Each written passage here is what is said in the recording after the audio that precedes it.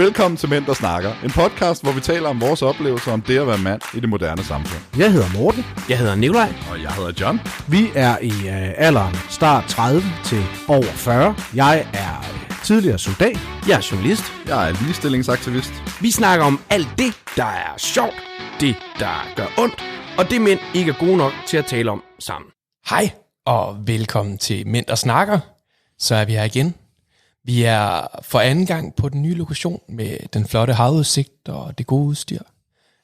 Vi har lige været ned og puls et par cigaretter og har hældt lidt rødvin eller rosévin i glasset, og nu skal vi så snakke lidt om mænds sundhed.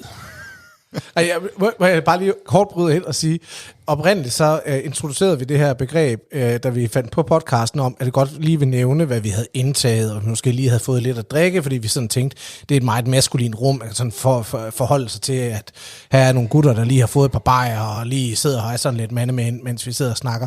Vi må bare indrømme, det bliver rigtig tit rosé, og det kan lytterne lige så godt vende sig til, at det er bare rigtig tit rosé, fordi vi kan rigtig godt lide rosé. Nå, det var ikke for at springe over. Altså jeg synes, tarteletter og cerveza var meget fint. Det er fuldstændig korrekt. Men det handler om mænds sundhed, og John Joyce, det er dig, der har taget det emne med. Vil det du, er det, ja. Sige lidt om det? Det vil jeg i hvert fald. Jamen det er jo statistisk set, at vi mænd jo ikke er særlig gode til at passe på os selv.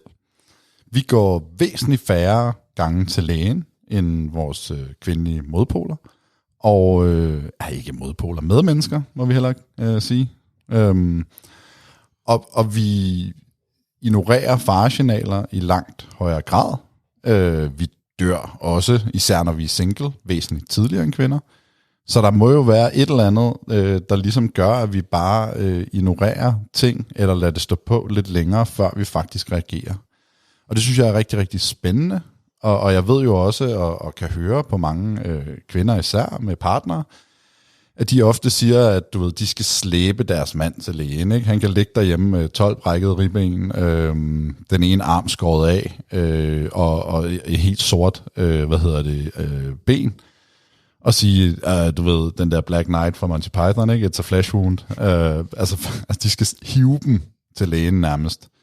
Og der skal virkelig være noget, der er sådan alvorligt galt, før vi faktisk reagerer. Og det kunne jeg godt tænke mig at dykke lidt ned i, til at starte med i hvert fald. Og så er der jo mange andre ting, vi kan folde ud i det her emne. Så derfor kunne jeg godt tænke mig at spørge jer lidt. Nu starter vi lige med dig, Nikolaj. Ja. Hvor ofte går du egentlig til lægen, og hvad skal der til, før du ligesom tager initiativ til selv at booke en tid til egen læge? Jeg går ikke selv op til læge. Jeg har været til læge i forhold til noget sådan diagnoseting. Jeg har ADHD, og der har været meget sådan kontakt med psykiatrien og sådan ting derigennem. Men det der med at gå til min almenpraktiserende læge, hvis jeg har et modersmærke, der ændrer sig, eller jeg over længere tid har haft det lidt kvalm eller et eller andet, det er noget, jeg sådan lidt slår væk. Jeg havde tidligere en læge, hvor jeg havde lidt meget kvalme over en længere periode, og han grinede lidt af mig og sagde, du skal spise lidt mindre fast food.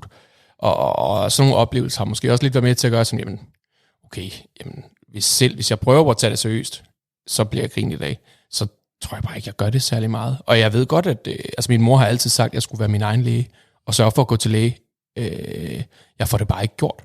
Og jeg tror ikke, det er et eller andet stolthedsprincip, eller et eller andet stoisk sådan mande-princip. Jeg ender bare ikke med at gøre det. Nej. Hvad med dig, Morten? Jamen, det er et godt spørgsmål. Altså, jeg synes jo selv, at jeg går til læge, når der er noget i vejen. Når det er sagt, så har jeg faktisk noget navlebrok, som jeg har haft i et halvt år, og jeg bare ikke lige kommet afsted. Det er ikke noget alvorligt, det er mest en kosmetisk ting. Min navle stikker bare en lille smule ud, og det skal bare opereres kosmetisk, for at det bliver fikset. Altså, det er jo ikke et problem. Det er bare sådan en kosmetisk ting. Jeg kunne være meget lækkert at få gjort, og så har jeg lige stået i flytning og sådan. Der kommer sådan en masse pragmatiske ting i vejen. Jeg vil sige, hvis jeg har ondt, eller på anden måde, men jeg kommer også ud af en familie, hvor min mor, hun er sygeplejerske, og min søster, hun er læge. Så jeg synes også, at jeg har både noget netværk, jeg kan spørge, men jeg er også jeg går sgu til læge med det, der er. Og der vil jeg bare sige, Oksen, at jeg forstår, altså da jeg var 30, der gik jeg sgu heller ikke lige så meget til læge, som jeg gør nu. Nu går jeg jo fast til sådan årligt service eftersyn, fordi altså risikoen stiger jo bare for, at du fejler noget, og nogle af de ting, du kan fejle, er jo for eksempel sådan noget som prostatakræft, og det skal man ikke scannes for, når man er 30, eller det skal du ikke undersøges for, når du er 30, men når du bliver 40, det er sgu meget rart at blive undersøgt, fordi så kan du faktisk nå at gøre noget. Eller hvis jeg har en eller anden skavank, eller jeg har sådan tit ondt i ryggen, men det har været til læge med at finde ud af, er det bare slid for forsvaret, eller er det et eller andet, vi kan gøre, og det var så mest bare slid for forsvaret. Der er ikke så meget, der gør ved det. Men så jeg synes faktisk, at jeg er okay til at gå til læge, når det er nødvendigt. Og det er jo gratis for mig at sige, det er jo virkelig mine partnere, I skal spørge om, de synes, jeg har gået nok til læge i forhold til, hvad jeg fejler. Men jeg synes, jeg har været okay flittig til at gå til læge i forhold til, når jeg fejler noget. Hvad med dig selv, John? Nu siger du nødvendigt. Ja. Fordi det er måske også der ligger en meget stor definitionsramme, ikke? Altså, hvor der er for nogle mænd, der siger, jamen, jeg tænker i hvert fald personligt, at der er noget, jeg vil ikke belemre enten systemet eller andre med noget, der måske ikke helt behøver at være et større problem. Nå, jeg har lidt ondt. Ja, okay. Men hvis præmissen for at gå til læge er, at det skal gå til læge, når det er nødvendigt, og spændbredden i, hvornår man opfatter noget er nødvendigt, så kan du sagtens gå rundt med hende med sygdommen, selvom du ikke tænker, det er nødvendigt. Altså, jeg gik til læge fast i en periode, hvor jeg havde problemer med mine ankler. Og jeg var bange for, at det var noget akillessene, noget værk. Det var sådan noget inflammatorisk, og det viser, noget af det kom så også af, at jeg havde noget laktoseintolerans, så ikke var blevet opdaget nu, og det kunne give sådan en betændelsestilstand i kroppen. Og så samtidig med, at jeg på det tidspunkt var noget mere overvægtig, end jeg er nu, og løbetrænet, så det altså alle måder sådan en belastning af kroppen. Så gik jeg til læge og fik det ligesom udredt, og fik ligesom sat styr på, okay, der er noget laktoseintolerans, det skal du forholde dig til her. Der var også noget, jeg havde en meget direkte tidligere skibslæge, som læge på det tidspunkt, som også bare sagde til mig, du er tyk, du skal tabe dig. Og så gjorde jeg det. Altså, det var sådan nogle meget konkrete ting. Men det startede med, at jeg havde ondt i anklerne, men jeg også havde ondt i anklerne nok til, at det var en gene. Så går jeg til læge, for jeg kunne sagtens bare have ladet være, og så bare lade være med at løbe, og så bare leve et stille liv, hvor jeg ikke løb, og så bare havde stive ankler hele tiden. Det er jo heller ikke fedt. Og jeg synes særligt her i 40'erne, som jeg er nu, jeg er i talende stund 43 nu, der er det også for mig en balancegang imellem at finde ud af, hvad er bare, hvad skal vi kalde det, kropsligt slid, og hvad skal jeg gå til læge med? Og der har jeg faktisk brugt lægen til at gå til læge, og så sige, jeg har tit ondt i min ryg, hvad skal jeg gøre ved det? Og så har jeg været til fys, jeg har været til kiropraktor, jeg blev trykket alt muligt på og blev kigget på, og det er noget slid. Men det kunne lige så godt have været noget andet, altså det var ikke til at vide i situationen. Så jeg bruger jo lægen til lige at finde ud af, jamen, er det bare fordi jeg er ved at blive gammel, eller er det fordi der er noget i vejen? Og nogle gange er det fordi jeg er ved at blive gammel, og nogle gange er det fordi der er noget i vejen. Og det kan jeg fandme ikke bedømme, så der går jeg så til læge. Jeg synes, det er spændende det her, du siger med, at du ikke følte, at du blev taget seriøst af lægen. Det er jo traditionelt et ret kønnet problem, det her med, at kvinders smerte bliver ikke taget lige så seriøst, som hvis en mand kommer. Det har måske også lidt at gøre med, at kvinder nok er bedre til at gå til lægen, end mænd faktisk er. Så når vi endelig kommer afsted, så tager de det sådan super seriøst. Det er stadig et problem, at kvinders smerte ikke bliver taget seriøst i samme grad som mænds, ikke? Og der kender lægen din seksualitet? Er der noget, kan det være fordi, at det er sådan traditionelt, og så, du er feminin, og så er det sådan lidt ligesom at være kvinde, eller har du nogen fornemmelse af det? Nej. Altså, jeg tror, det står i min journal et sted, at jeg er en MSM, mænd, der har sex med mænd. Det ved jeg. Men det, ja, for der er også noget med bloddonor og alt det her, ikke? Ja, og lige så meget, at hvis du spørger efter at blive testet for HIV, så kigger din læge på dig, er du til mænd? Det gjorde han i hvert fald, og var meget skeptisk, fordi det kunne han ikke forstå, at jeg ville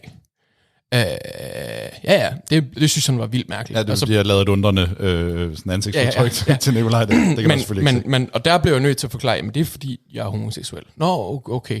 Og så kommer den gamle HIV-skræk ligesom ind, og så er det sådan lidt mere, men så skal vi nok lige, så sender vi en HIV-test til dig. Okay, fordi da jeg blev testet sidst for alt, hvor jeg havde en mistanke for kønssygdom i hvert fald, der spurgte lægen mig faktisk, skal vi ikke bare tage det hele? Så tager vi sgu HIV med, og syfilis, og jeg tror, det var klamydia og HPV, jeg gerne ville testes for, eller sådan et eller andet, ikke? Og han tog sgu bare lige, så tog han en ekstra blodprøve, og så jeg skulle tisse et par kopper, og så var alt godt, ikke? Og der var det helt naturligt for ham bare at sige HIV. Ja. Men altså, min læge i Aarhus var også rigtig god. Hun var sådan, jamen, du behøver slet ikke skamme dig over at spørge om det. Altså, fordi jeg vil sige, en af de eneste grunde til, at jeg rent går til lægen, det er for at blive tjekket for sexsygdomme. Fordi de mener, at det bør man gøre.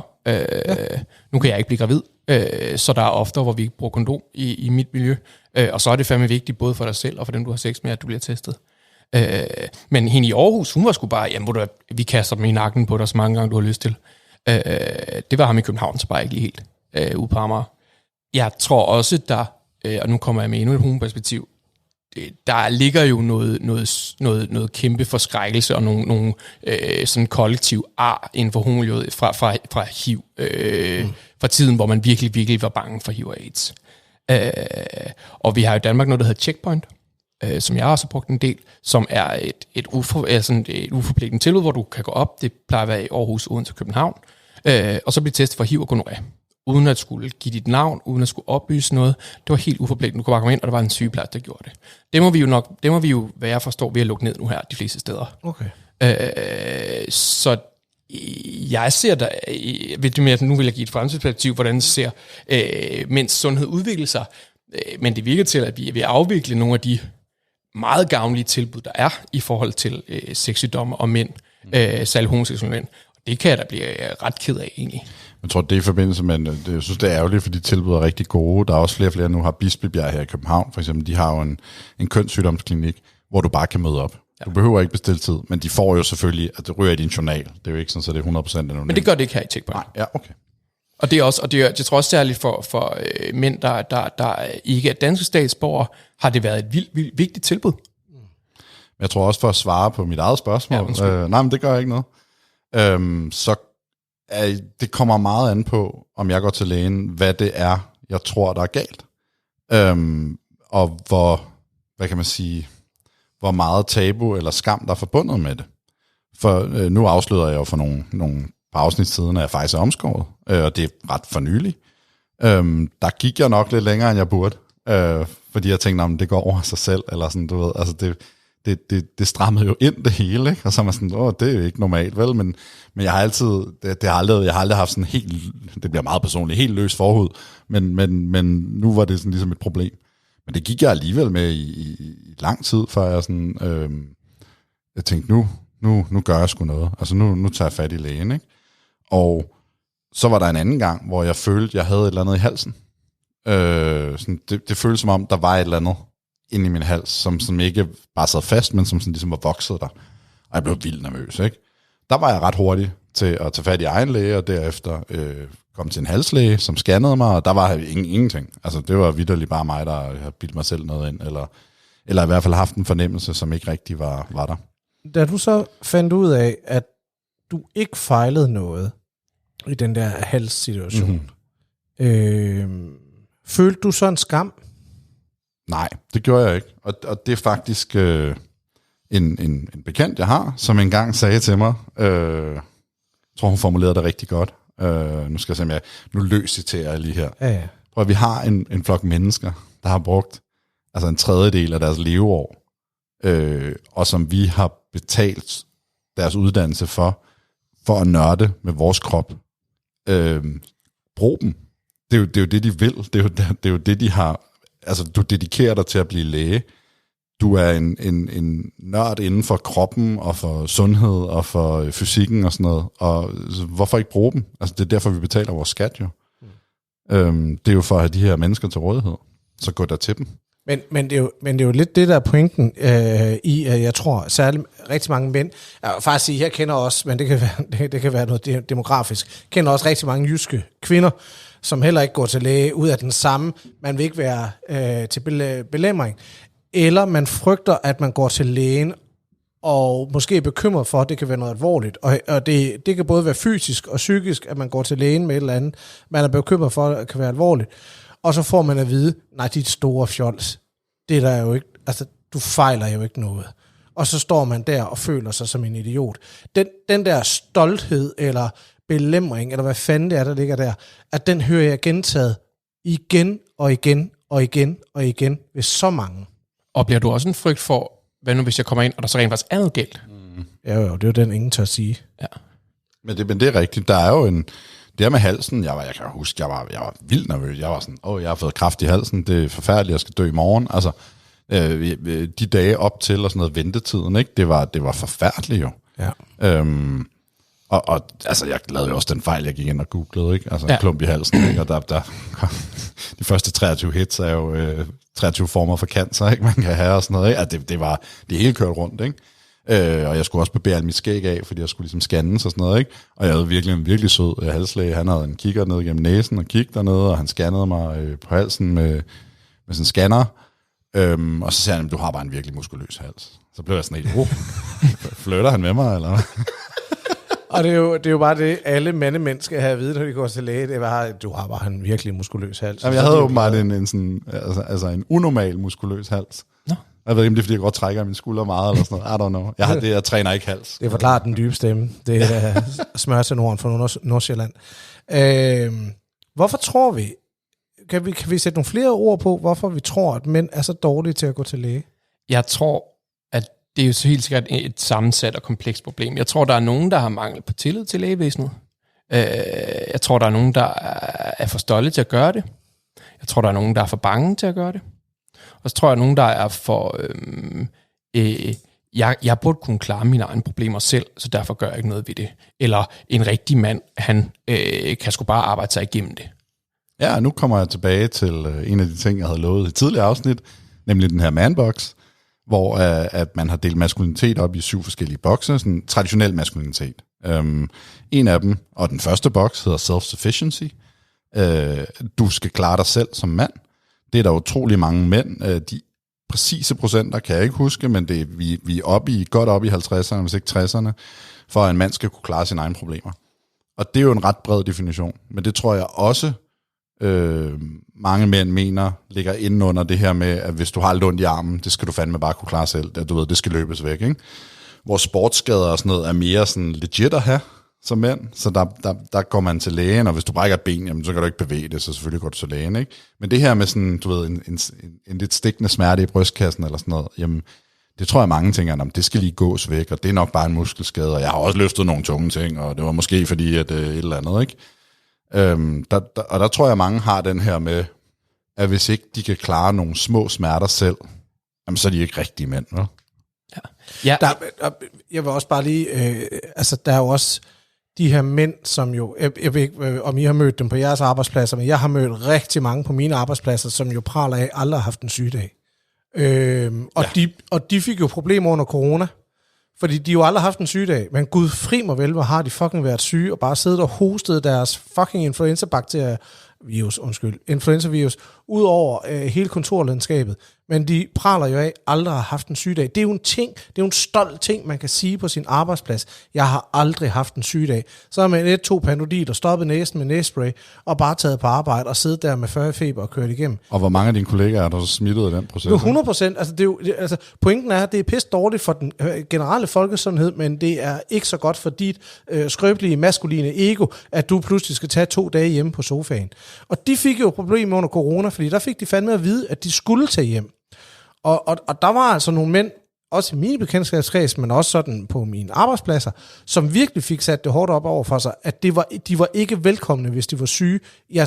Nu sad jeg selv i nogle lederpositioner, hvor jeg så også skulle sende dem hjem, og så sige, jeg gider ikke have dig her. Du skal gå hjem. Nå, men jeg har jo aldrig haft en sygedag, men det har du fucking nu. Afsted med dig. Problemet er jo, at nu er vi ved at have glemt corona. Altså, det er jo sådan en feberdrøm, vi havde for nogle år tilbage. Og nu begynder det at vende tilbage igen. Folk tager igen bare på arbejde og lægger stolt billeder op på Instagram af et par Symelin hostetabletter og noget næsespray og nogle Panodiler og siger, sådan, det går lige lidt sløjt i dag, men jeg er stadigvæk inde og lave mine rapporter. Jamen, pisse fucking flot. #powerful. Ja, lige præcis. Og det der er problemet, vi har den der lidt maskuline fortælling om, at du ikke er syg, at det er fedt ikke at være syg. Og jeg aner ikke, og not all men, eller det er rigtig mange mænd i den her tilfælde, del med også mange kvinder, der så også taber ind i den. Så jeg tror ikke, jeg kan være i tvivl om, den kun er kønnet, men jeg oplever den mest over ved mænd. Jo, hvis du sidder derude og har taget på arbejde, mens du er syg, så er du fucking træls. Men. Der er jo ikke nogen, der har lyst til at være svage. Det kan jeg faktisk godt forstå. Sidde med følelsen af, at jeg er svag. Jeg kunne ikke levere, eller jeg kunne ikke gøre det, jeg skulle. Jeg var til belastning for fællesskabet. Jeg tænker, det må være... Altså, for jeg tror ikke, der er nogen, der har tanken, jeg skal skulle lige ind og smitte hele kontoret. Nej. Så er du i hvert fald særlig speciel. Ja, det er fordi, man vil arbejdsfællesskabet. Men jeg tænker ikke, at noget af det kommer fra en ond tanke af. Og jeg tror også, det kommer fra en eller anden sådan, selvopfattelse af, jamen, jeg må ikke vise svaghed. Og den kan jeg faktisk godt forstå.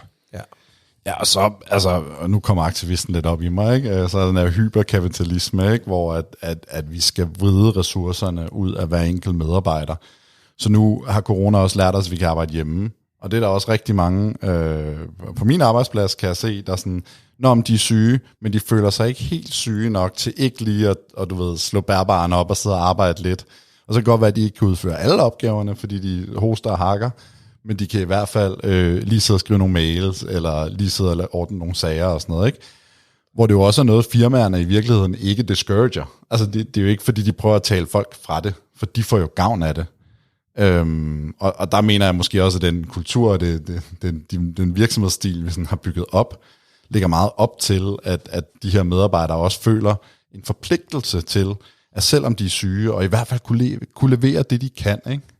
Og der må vi jo bare indse, altså fra mit perspektiv, der er vi en flok lønslaver, der laver et stykke arbejde for nogle penge, og hvem gavner det egentlig, at vi har så dårlig samvittighed over, at vi ligger med 40 i feber, at vi tænker, jeg kan da godt lige svare på 12 e-mails, imens jeg ligger her derhjemme og ikke laver andet, ikke? Altså, det...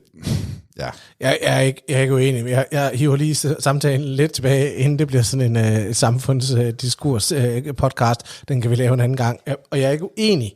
Og jeg tror også, der ligger nogle maskuline tråde i det der hyperkapitalistiske.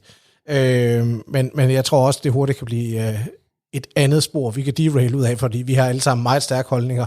Det er min specialitet, Morten, bare det ved jeg. Derail helt. Ja, lige præcis. Din skide aktivist. Men jeg synes, du havde en god pointe også. Måske var det jeg begge to, der var igennem den, men vi havde den her snak om, at man føler sig svag.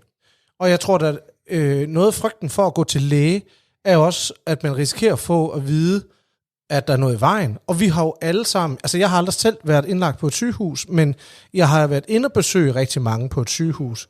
Og det er da en sygt svag situation at møde nogen i. Man er jo hjælpeløs, og man ligger der og... jeg har sådan lyst til at blive grebet af din samfundsånd derovre, aktivist John. Men der er også noget med, at vi også har en frygt for, at vores sundhedsvæsen heller ikke længere passer godt nok på os. Altså det er i hvert fald med til at fordre igen, at man måske holder mere og mere igen, medmindre man har en privat sundhedsforsikring. Nej. Altså det er vigtigt, at man... Der kan jeg godt forstå, at man i det der spænd måske lige tænker, jeg venter lige til det rigtig alvorligt, fordi puha. Tænk, hvis det er mig, der skal ind og ligge der nu, det kan jeg ikke overskue.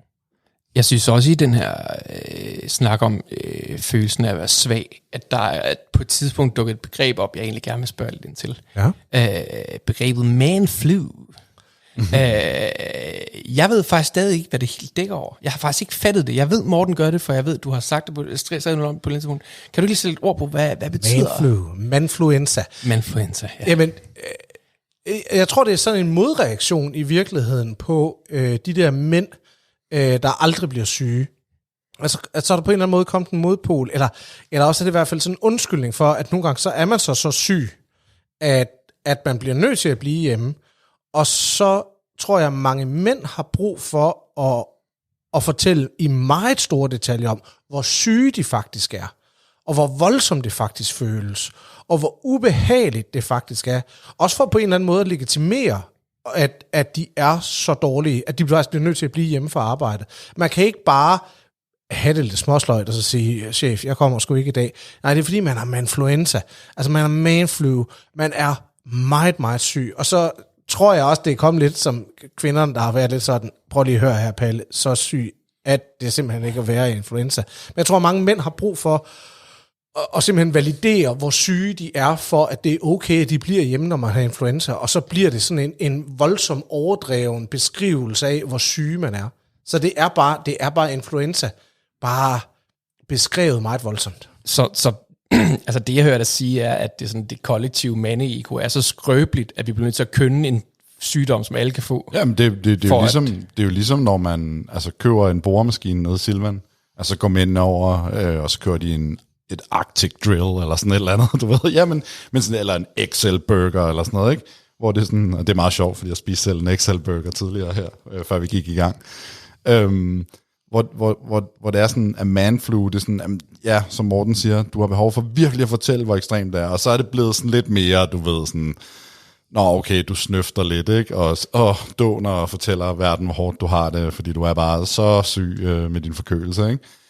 Og det sjove er, at de fleste af dem, der sådan traditionelt har haft en manflu, hvor de sådan nærmest råber, at de dør om 10 minutter, ikke? Det har været kvinder i mit liv, der er rigtig gode til at have den her, hvor de bare sådan, bliver lidt grumpy, og det var sådan, de er irriterende, de er så imod, de vil bare være raske, og de er faktisk ved at dø, og de ved ikke, om de overlever de næste 10 minutter, og sådan noget, ikke? Men det er noget meget, der er noget meget maskulint i det også, det der med at sådan overspille, hvor syg man er, fordi at så er det okay. Ja. Altså hvis man er på dødens rand, så kan alle forstå, hvorfor du bliver hjemme, ikke? Men ellers er der jo sådan en fin forventning om, at 39 graders feber, det er noget, man bare lige arbejder væk, ikke? Okay, for det ynkeligt. Jamen, det er det da. Altså sådan grundlæggende, det er mere sådan, hvis man lige lægger det på bordet, at vi bliver nødt til at virkelig overstate en eller anden sygdom, for at føle, at det er retfærdiggjort, at vi har meldt os syge. Ja. Men det er jo ikke sådan en personlig ting. Altså, jeg har da selv været sådan en, der hele begrebet dukket op, og sådan noget. Altså, jeg har jo selv brugt det her begreb manflu så mange gange, og delt billeder på Facebook og sådan noget, fordi jeg havde sådan behov for at retfærdiggøre, at jeg faktisk var fucking syg og havde det dårligt. Også fordi der er jo et pres den anden vej, ikke kun fra arbejdspladsen, men også fra samfundet og alle mulige andre steder om, at jamen, hvis du er syg, og du er så syg, at du skal blive hjemme, så skal du fucking også være syg. Okay, men så skal jeg fucking også være syg, så skal jeg nok forklare det. Det er ikke været så bevidst en tanke nødvendigvis, at jeg har gjort det på den måde. Det har bare følt som, det bliver jeg nødt til at gøre, for overhovedet at kunne gøre det her. Så bliver der stille. Vi klipper pausen ud. Nej, men det er jo fordi, du lige du kom med en solid lille rant der, og en fin pointe. Og nu har vi snakket meget af den her sådan, fysiske sygdom hos mænd, ikke? Influenza, brækket ben, vi har forstuet skulder, whatever. Men der er også hele sådan, den psykiske side af mænds helbred. Og jeg ved, vi har planlagt nogle meget specifikke afsnit om enkelte af dem, men jeg synes godt, vi kan komme lidt ind på her, at der ligger hele den her psykiske side, og vi kan måske endda starte med stress. Har du nogensinde haft stress, Morten, for eksempel? Diagnosticeret nej, men det har jeg. Altså når jeg kigger tilbage på særligt nogle af de stressede stillinger, jeg havde til sidst i forsvaret. Jeg havde sådan nogle stillinger, hvor der var simpelthen operative soldater udsendt, hvor der var behov for, at de kunne få det rigtige udstyr frem på det rigtige tidspunkt. Så jeg havde sådan 1,5 år, hvor selv når jeg tog på ferie, skulle jeg tage min arbejdstelefon og en bærbar med mig, for man skulle kunne få fat på mig, og skulle kunne ringe til mig. Og det betød jo, at jeg aldrig rigtig kunne holde fri. Jeg kunne heller ikke holde fri i weekender. Jeg kunne altså ikke på samme måde, som man normalt kan, når man tager hjem, så lægger du arbejdet fra dig. Og jeg blev også ringet op, og jeg blev tit ringet op. Jeg vil godt kunne se tilbage nu og sige, jeg tror godt, jeg kunne få en stressdiagnose dengang. Altså jeg var ikke mentalt super godt kørende. Og der har lige været lidt tendenser derhen til. Jeg deler jo også stress op i, at der er jo kortsigtet stress, som kan være fint. Altså, så har man lige en hård deadline, men man kan ligesom se en ende på det, og så ved man godt, det slutter her. Altså, den del er jeg slet ikke bange for at arbejde i.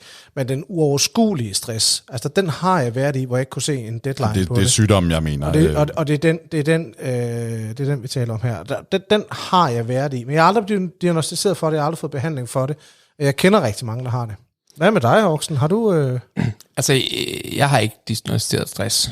Jeg har nok haft noget forbigående stress i tider. Men jeg tænker nok egentlig, jeg har en af de sådan, traditionelt set mest kønnede sådan, psykiske diagnoser. ADHD. Ja. Hvor man har snakket om pige-ADHD og drenge-ADHD, ADD eller ADHD, den stille ADHD, hvor kvindekøn jo er blevet meget overset og underprioriteret i forhold til psykiatrien sådan enormt meget. Særligt fordi det, man opdager i sådan folkeskoletidspunkt og sådan ting, ofte er dem, der er mest udreagerende, og det har bare ofte været drengene. Jeg har nok også virkelig haft pige-ADHD, Nu blev det meget sat på en spids, for det hedder det selvfølgelig ikke. Fordi jeg egentlig mest mistede koncentrationen og fik lov til at så sidde og læse Harry Potter eller andet i stedet for, men egentlig ikke har været så udadreagerende som barn. Og jeg fik først diagnosen, da jeg var 26, som jeg helt sikkert skulle have haft lang tidligere. Og så har haft gavn af, tænker jeg har fået tidligere. Det tror jeg ikke, der er nogen i mit liv, der egentlig er uenig med mig i. Men der ligger der et eller andet mærkeligt kønnet skel, hvor på et eller andet tidspunkt, så har det gået fra, det er bare nogle drenge, der skal løbe hornene af sig, eller lidt udvorne, eller de har bare lidt ekstra energi, til okay, de har måske så meget energi, eller er så udvorne, at der er et eller andet galt med dem, så det skal vi kigge på. Men vi har bare ikke anerkendt, at det har aldrig nogensinde handlet om den der ekstra energi. Det er et eller andet symptom på det. Det hedder dampbørn i min ungdom. Ja, jamen, det er noget, det også lige er at hedde lidt. Eller det term brugte man jo stadig lidt, da jeg var yngre. Men der ligger der i hvert fald et eller andet i, at man både har forfordelt kvinder, og nu, men også, at man har gjort det til en traditionel drengeting at have ADHD, hvilket er vildt skadeligt. Der er jo nogle ting, vi har kønnet, ikke? Og hvis vi går lidt tilbage i tiden, så sådan noget som hysteri, ikke? Altså, som jo er helt crazy historie også, men det har været traditionelt feminint, og jeg var også for nogle år siden, var jeg til en paneldebat med 2 andre mænd om kropsidealer og mænd. Og der sad en mand, som havde en spiseforstyrrelse, eller havde haft, eller har, og så var i behandling, eller hvad man kan sige, det er noget, han mente, det slapper han aldrig af med, det må man leve resten af livet med, men han var et okay sted med det.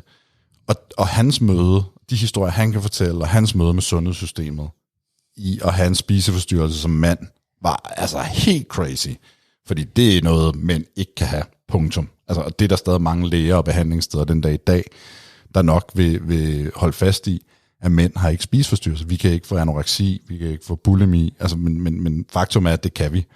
Og der er mange, der har det derude. Og hvis det første, du bliver mødt med, når du prøver at få behandling, det er, det er sådan en kvindesygdom. Altså, så du ved, det gavner ingen, vel? Men jeg er da også lige ved at sige, at jeg tror, måske var det også derfor, du spurgte mig, Joyce, før, jeg tror nærmest den eneste sådan ægte legitime psykiske sygdom, du kan have som mand, det er stress. Du har simpelthen arbejdet dig til en sygdom. Altså, fordi hvis du har depression som mand, hvilket masser af mænd har, det er ikke så cool, det skal vi ikke snakke for meget om. Det er noget med, at du sidder og græder. Det kan du gøre sammen med konen, eller tage dig sammen. Der er masser af mænd, der har angst, uden nogensinde at blive diagnostiseret for det, og som er helt braun, og de sidder i topstillinger, mange af dem, fordi de er overachievers, og har det bare dårligt hele tiden, og prøver hele tiden at række videre og få det fikset. Eller du har mænd med ADHD. Det er dog trods alt de sidste par år blevet noget mere åbent at tale om. Det er ikke helt så cool som stress, og i det onde kapitalistiske system, så bliver det jo også set lidt som en arbejdsressource. Jeg har i hvert fald været i enheder i forsvaret, hvor jeg tror, alle var diagnosticeret med ADHD i en eller anden grad. Hvilket er sjovt, fordi forsvaret tager jo ikke folk ind med diagnostiseret ADHD, men holy fuck, der er mange derinde, der har det. Jeg skal nok få en aktivist ud af dig nu. Ja, tak. Men pointen var mere, at der er ligesom kun én cool sygdom, du kan have som mand, og det er stress, og den skal du bare tage dig lidt sammen med. Du skal lige have en pause, og så skal vi lige passe det på dig, og så skal du sgu bare tilbage igen. Ja, men så er der de her, som bliver set som de her mere alvorlige, som er lidt mere ukønnet, skizofreni, bipolar, du ved, sådan helt oppe i sådan... Og så er du rigtig syg, så er du noget helt andet. Altså, så er du sådan indlæggelsesklar, ikke? Altså, så er det noget, hvad kan man sige, at de er sådan lidt mere ukønnede, synes jeg, men lige så snart vi kommer ud i de her sådan dagligdags lidelser, jamen, så bliver det bare meget hurtigt, meget kønnet. Alle mennesker kommer jo igennem. Altså, jeg har da også haft angstanfald. Jeg lider ikke af angst, men jeg har da været i situationer, der har været så ekstreme, at jeg har haft et eller flere angstanfald. Jeg har da også haft perioder, hvor jeg var depressiv, uden at jeg nødvendigvis har haft en depression. Altså, det er jo et spektrum. Alle mennesker har de der angst, depression, der er sådan tilnærmelsesvis noget over i ADHD'en, som rigtig mange mennesker taber ind i. Det er også derfor, at når du skal diagnostiseres, så skal du have ret meget af det, før du sådan er sygdomsmeldt, ikke? Altså, der er masser af sådan nogle faktorer der, som alle mennesker kommer i berøring med. Og blandt mange kvinder er det også okay at snakke om. Jeg kender ikke mange mænd, udover jer to, og et par stykker mere måske, hvor det er okay at snakke om, at man har haft depression, for eksempel. Eller hvor man snakker om, at det er okay, at man har angst. Fordi det er ikke cool, det er ikke fedt, og det er i hvert fald noget, kvinderne har mere end mændene, hvis man spørger mændene. Det statistisk set burde der bare ikke være nogen forskel. Altså. Men altså, nu slår jeg bare lige op mænd og psykiatri. Det første, der kommer op, det er fra juni i år. Det er Region Midtjylland. Deres psykiatri, der har sådan en pressemeddelelse, der hedder De Store, Stærke Mænd. Hvor der bare står den første linje, mænd kæmper altså også med psyken. Og det er 2023, det er 3 måneder siden, vi har haft det her. Så det er da stadigvæk et. Altså det er mere, når selv sygevæsenet har brug for også at sige, jamen, mænd kan også blive psykisk syge. Men det er jo det, vi tit også glemmer, det er, at ligesom når vi snakker om politiet og sådan vores retssystem og sådan noget, så når vi snakker om vores sundhedssystem, lægerne, sygeplejerskerne, alle, der tager imod os, kirurgerne og sådan noget, psykiaterne, psykologerne, de er jo alle sammen mennesker, de er opvokset i det samme som os. De har de samme kønnede stereotyper ind under huden, de får de samme informationer ind. Jo, de bliver uddannet i, hvordan vores hoveder eller vores kroppe så fungerer, men at fjerne bias, altså de er jo lige så bias som alle os andre. Ja, de er socialiseret som i andre. Ja, fuldstændig. Ja. Og så er der jo det her med, at og nu skifter vi måske lidt gear, men sådan at så mænd generelt, og jeg har faktisk ikke lige nogen statistik på lommen her, lever lidt mere usundt end kvinder. Vi spiser lidt usundere. Vi drikker lidt mere alkohol. Vi har lidt mere risikobetonet adfærd. Det er jo også, når man kigger på sådan noget som ludomani, klart flest mænd. Altså kæmpe flertal af mænd, der gambler hele deres løn op lynhurtigt, ikke? Så de melder sig til de her Rufus-lister og sådan noget. Jeg ved ikke, hvad der er med det her gambling, det her med win big, om det er noget penge, status, eller hvad det er, eller sådan noget. Altså, jeg oddser lidt en gang imellem på nogle amerikanske fodboldkampe og sådan noget, hygger mig med det. Men det er delt med små beløb, ikke? Og jeg er sådan meget bevidst om det. Men jeg har også været meget bevidst om at se, hvor galt det kan gå, når man spiller. Ja. Også det her med at drikke meget alkohol. Og, ja. Altså, nu har jeg jo været søndags bodega-bartender en del år. Og de mennesker, der er sgu ikke en skid status i at komme snigende ind og se, der er ikke andre mennesker, så kan jeg godt lige liste mig ind til den enarmede 20-knægt og spille alle mine penge op. Og det er en særlig type, det er næsten altid mænd. Og det er ikke noget, der er status i. Men de kommer ind lidt krybende nærmest, sætter sig over til det, spiller alt op, og så ser vi dem ikke i en måned. Nej. Men der er også kvinder, der gør det. Det er slet ikke det. Men det er oftest mænd. Og der er der ikke noget over det. Det er ren ynkelighed. Men det er måske den der risikobetonede adfærd, som du også snakkede om, at mænd har tendenser til mere. Det betyder ikke, at kvinder er udelukket fra at have den. Men jeg troede bare, at den risikobetonede adfærd i en eller anden grad var påvirket af, at du fik status af at gøre det risikobetonet. Jeg tror, noget af det er. Og det er måske også fedt, sådan, hvis man oddser online og kunne sige til dine venner, hey, jeg vandt, 3.000 kroner på søndagens kamp. Eller jeg læste lige Manchester, når vi andre kampen. Jeg lurede noget andet. Men jeg tror sgu også, den kommer til udtryk på, der er rigtig mange ene mænd, jeg kender, især hvis de bliver sådan 35-40 plus single, som også lever rigtig skrællet. Så bor de i en eller anden lortekælder, eller de bor i en eller anden skrællet lejlighed. Der er knap nok noget hen over pæren. Det er bare nøgne pærer og en madras på gulvet. Altså, jeg kender de her mænd, der bor sådan her. Sagde du til manden med en madras på gulvet? Ja, tak Morten. Men du har lampeskærm, og du kunne have bildet mig ind, hvis du ikke havde grinet så meget første gang, jeg så det, at du bare sagde, at det var per design, fordi det kunne også næsten ligne noget for en sway. Men I ved godt, hvad det er for nogle mænd, jeg taler om her. Det er ikke dig. Men hvorfor er det egentlig ikke mig? Prøv at høre, vi ved alle sammen godt, at jeg lever i noget af det pæneste. Fordi den her samtale handler ikke om dig lige nu. Jeg vil gerne lige gøre min pointe færdig. Ja. Min pointe handler mere om, at de her mænd, en del af den risikovillige adfærd, handler jo også om, at man er ligeglad med sig selv. Så man er ligeglad med, at der er noget æstetisk at kigge på. Man er ligeglad med, hvad det er for noget mad, man indtager. Man er ligeglad med, hvor meget alkohol man indtager. Man er ligeglad med, hvor mange cigaretter man indtager. Man vil bare gerne have et eller andet fix, der ligesom gør et eller andet, så man bare kan leve sit liv og gå ud i sin garage og fikse sin scooter, eller hvad fanden det er. Og det er jo i bund og grund for mig at se også en risikovillig adfærd, fordi man er villig til at tilsidesætte sit eget for godt befindende, og at man har det godt til fordel for bare at overleve. Og det tror jeg, der er rigtig mange mænd, der bare er i det der overlevelsesmode. Og de er sgu svære at få til læge, de er svære at få til psykolog, de er svære at få ind i hele det der sundhedsvæsen, og de har alle sammen brug for det i et eller andet omfang. Og de er langt væk fra det liv, du lever, Oksen. Det er jeg ikke helt enig i. Nej. Altså, jeg vil bare sige, nu er jeg kommet langt i de sidste par år. Men tog I og besøgte mig for bare 5 år siden, så er det, du beskriver, der jeg levede i. Okay. Uden tvivl.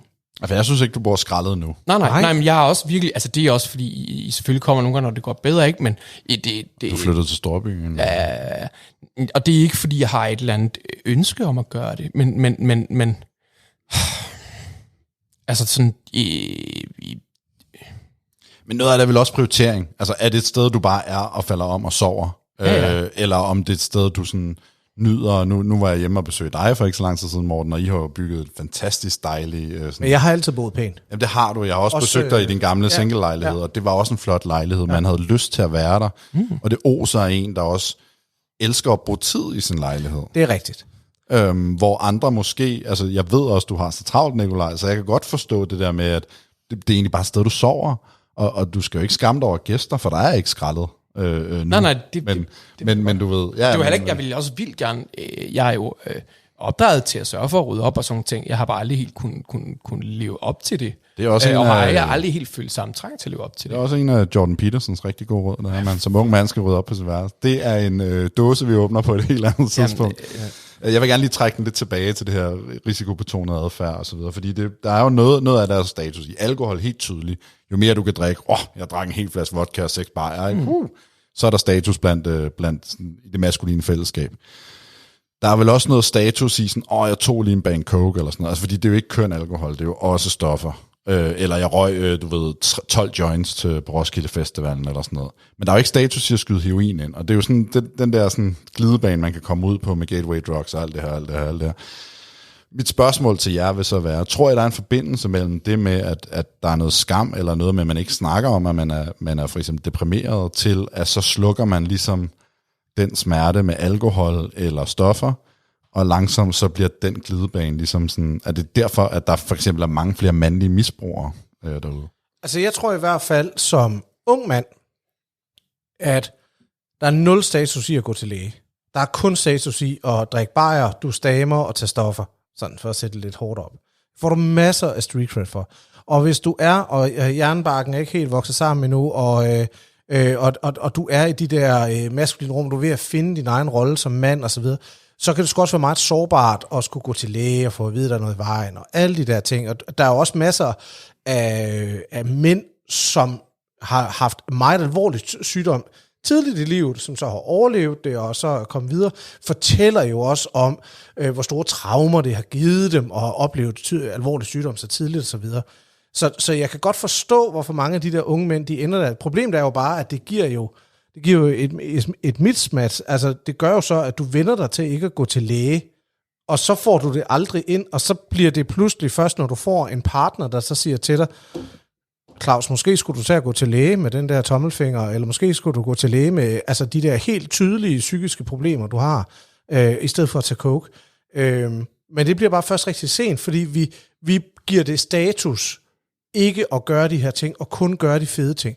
Og det ser jeg ikke kvinderne have den samme dynamik. Jeg tror stadigvæk, det kan være skamfuldt at være kvinde og have depression og alle de her ting, men det er lidt mere okay. Man har nogle flere, man lige kan snakke med, og det tror jeg bare, der er rigtig mange unge mænd, der ikke har. Og jeg er jo fuldstændig enig, Morten. Lad os gøre det sexet og tage dig selv seriøst. Særligt med mental helbred. Det, altså mit liv har fuldstændig ændret sig, dengang da jeg ændrede indstilling til det, jeg rent faktisk sagde, nu går du altså et eller andet ved det her. Har I været til psykolog? Ja. Det kan du bande på, jeg har. Ja. Har det været godt? Ja. Det har været hårdt.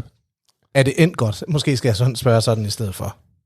Jeg har en historik som pårørende, og det er ikke noget, jeg lige åbner op for her, men det er noget, der helt sikkert kommer på spil på et eller andet tidspunkt. Men jeg har haft utrolig mange dårlige oplevelser med psykiatrien og med psykologer i en meget tidlig alder, som har gjort mig meget, meget skeptisk. skeptisk omkring psykologer og det psykiatriske system. Jeg har selv været til psykolog, og noget af det har været rigtig, rigtig godt, men man får ligesom tildelt af sin læge de her 10 tider, og det har jeg heldigvis fået et par gange. Men jeg må nok indrømme, at de første sådan 3-4 stykker, der skal jeg finde en, jeg faktisk føler, jeg kan få tillid til. Så skal jeg bruge 4-5 samtaler bare på at få tillid til, at jeg tror på, at de her faktisk vil mig det bedste. Og så kan jeg ligesom have samtalerne. Det er endt ok, men ikke sådan, det har aldrig rigtig været en god oplevelse for mig. Nej, og det jeg tror heller ikke, man skal se sådan. Altså jeg kender også, jeg kender nogle psykologer, som beskriver, at særligt mænd, og også til dels særligt kvinder over 50, de kan finde på at gå til psykologen og bare være sådan, fix mig. Bare fucking fix mig nu. Og så starter psykologen jo ligesom med at sige, vi bliver ligesom nødt til lige at snakke lidt om, hvad det er, der kan ligge til grund for, at du har det sådan her. Og så bliver det hurtigt sådan en, jamen jeg gider ikke snakke om min barndom. Okay, men så, altså eller ikke fordi du skal grave op i det hele, men vi bliver nødt til at have en eller anden form for samtale om, hvad det er, der foregår. Og der er jo, altså der har vi jo også sådan en, jeg tror det bedste råd, jeg har fået omkring psykologer nogensinde, det var, du må godt være kræsen. Du må godt være kræsen og finde en psykolog, der klikker til dig, og på de præmisser, du ligesom bringer til bordet, har brug for, og som du føler dig tillid til at åbne op for.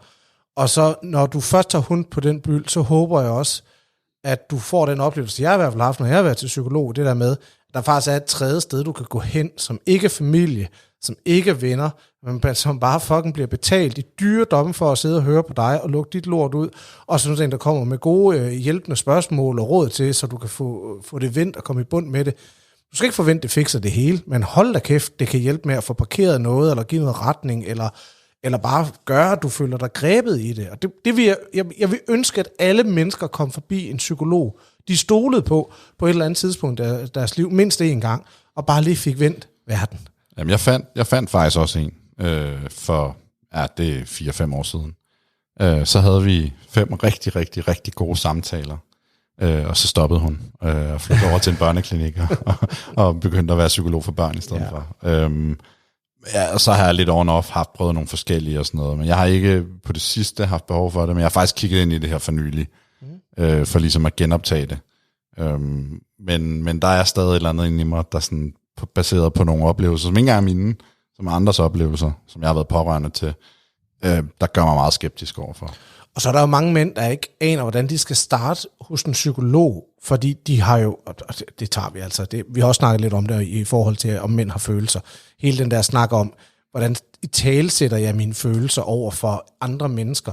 Og der vil jeg bare igen gøre reklame for, at en psykolog er simpelthen trænet i at hjælpe dig til at få et sprog om dine følelser. Så du går hjem og fortælle konen, hvad pokker du egentlig ægte føler om den brune sovs, så du ikke bare sidder og bliver helt indbrændt, som den stoiske mand, du så er. Så det er også bare lige for at highlight, at så farligt er det ikke at gå til psykolog. Nu kommer det mig til at handle om sådan psykisk sundhed her til sidst, også fordi det er så fucking vigtigt, og jeg har brug for at gentage igen, at vi kommer til at lave mindst et, hvis ikke flere afsnit, der dykker mere ned i det her med mentalt helbred for mænd, fordi det er altså også et område, som virkelig mangler noget. Altså som vi slet ikke har gravet nok ned i her. Hvis vi bare lige skal trække den sådan lidt op i helikopterperspektiv omkring sundhed, sådan generelt mænd og sundhed, kan vi så, altså vi har ligesom summet nogle ting op i forhold til, hvad det er, der ligger til baggrund for det. Har vi været nok rundt? Altså vi har været summet op, der er noget med, man vil ikke føle sig sårbar, man vil ikke føle sig mindre mand. Hold kæft, den ender vi altså tit med, at man ikke vil føle sig som mindre mand i hvad end situation det er, vi er ude i. Man vil ikke være til besvær. Man vil ikke være til besvær. Så tror jeg, der er noget i, at sund livsstil også, man vil ikke være ses som feminin.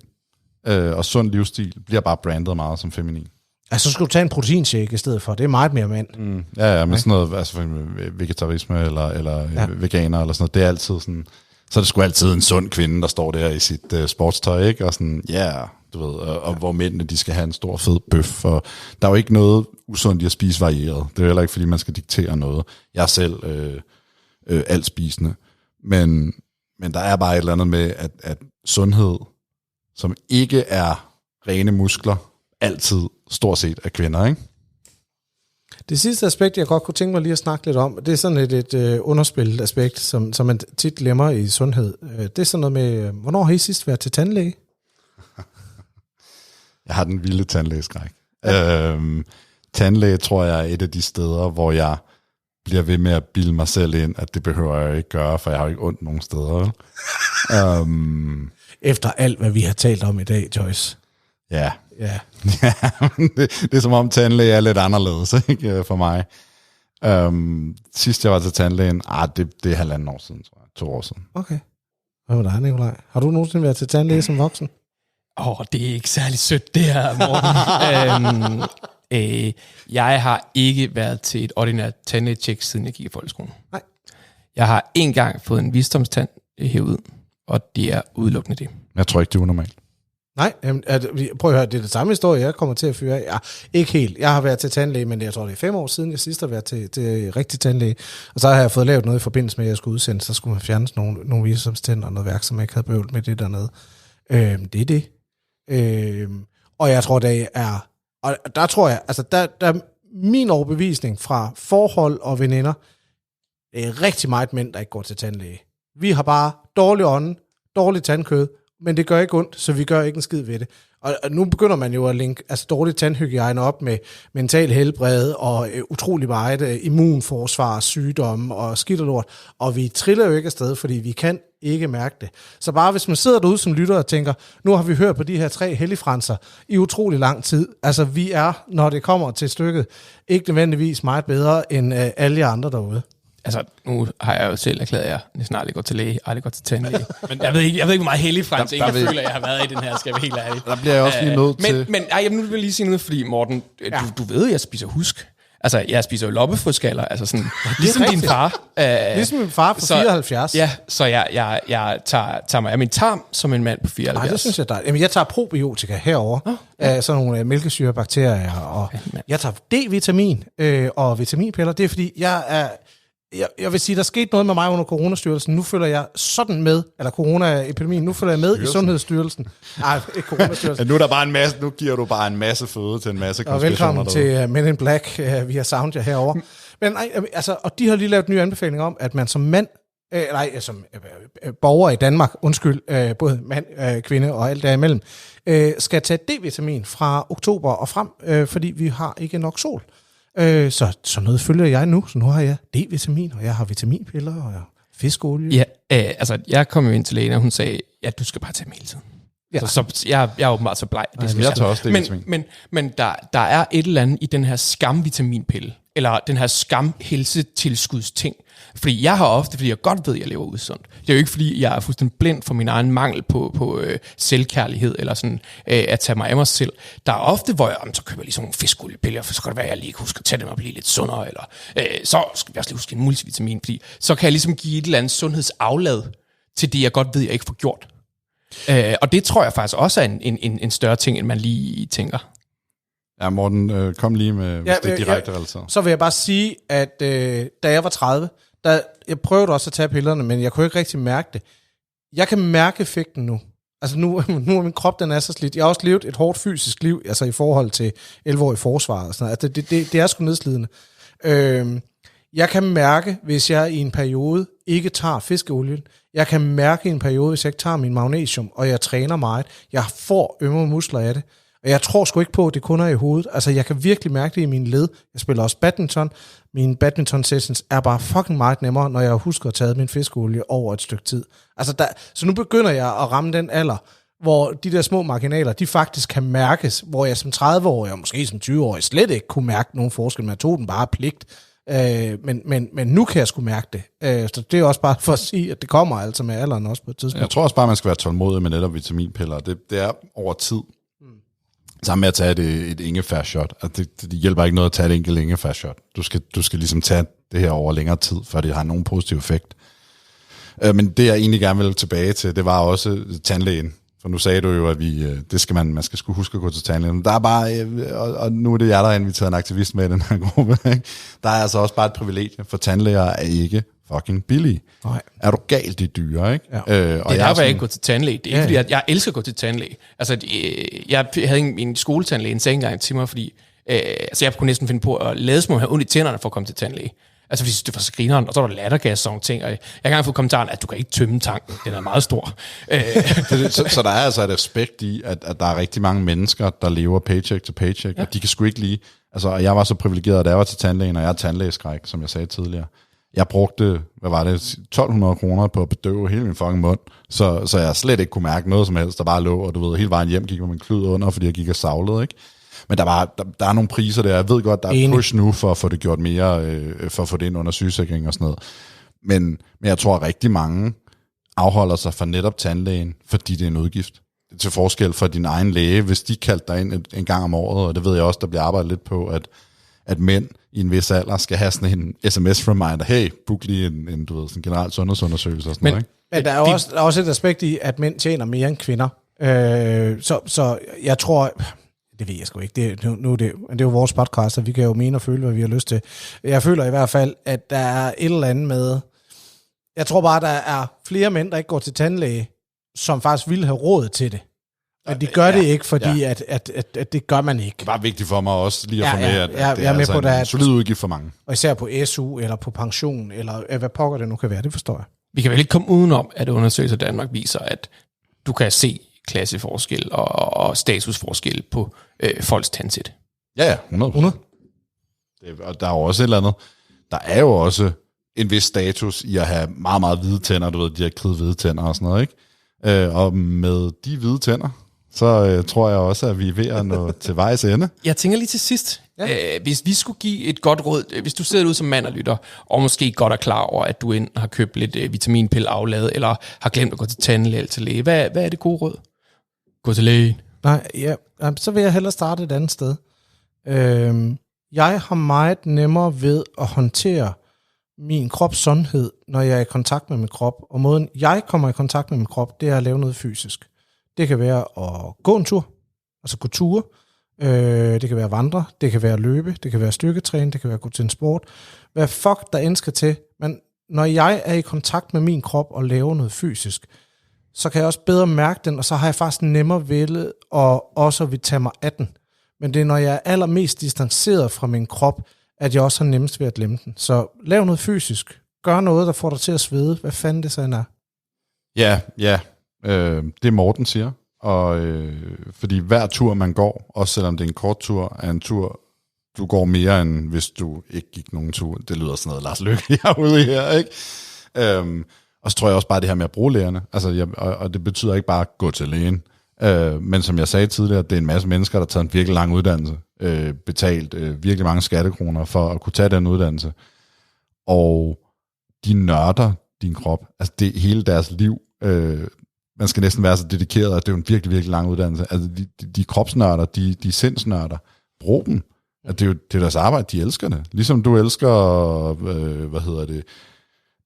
skrive, så ligesom jeg elsker at lave min profession, jamen så elsker de her mennesker at gøre det. Det er jo noget, der giver dem glæde, og det er jo noget, der hjælper andre. Så brug dem. Har du et godt råd, Oksen? Altså, nu er jeg jo lidt blevet erklæret til den, der ikke kan finde ud af at holde sig selv sådan herovre, så jeg har ingen god råd. Du har ingen god råd. Det har jeg ikke. Det vil jeg ikke have på min kappe. Det er jeg ikke klar. Nej, må det være et særligt forhold til mental helbred. Tag dig selv seriøst. Og prøv at gøre det, før du er 30. Vi har desværre et system i Danmark, hvor når du rammer de 30, så er det faktisk noget svært at få hjælp. Så tag dig selv seriøst og få gjort noget ved det. Tal om det med dine venner. Du har lyttet til Mænd, der snakker. Husk at følge os der, hvor du lytter til din podcast. Og kan du lide, hvad du hører, så giv os en anmeldelse og del det med dine venner og bekendte. Tusind tak, fordi du lyttede med.